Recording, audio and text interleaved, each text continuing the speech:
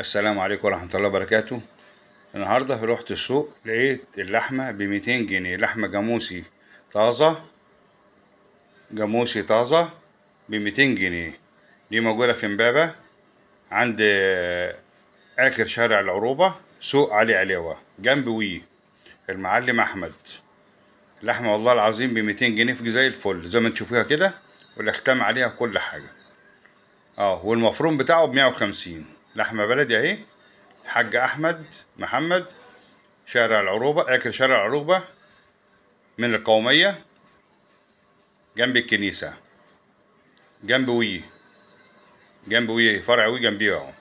شارع العروبة عند سوق علي علوة. حاجة جميلة جدا. اللحمة ب200 جنيه.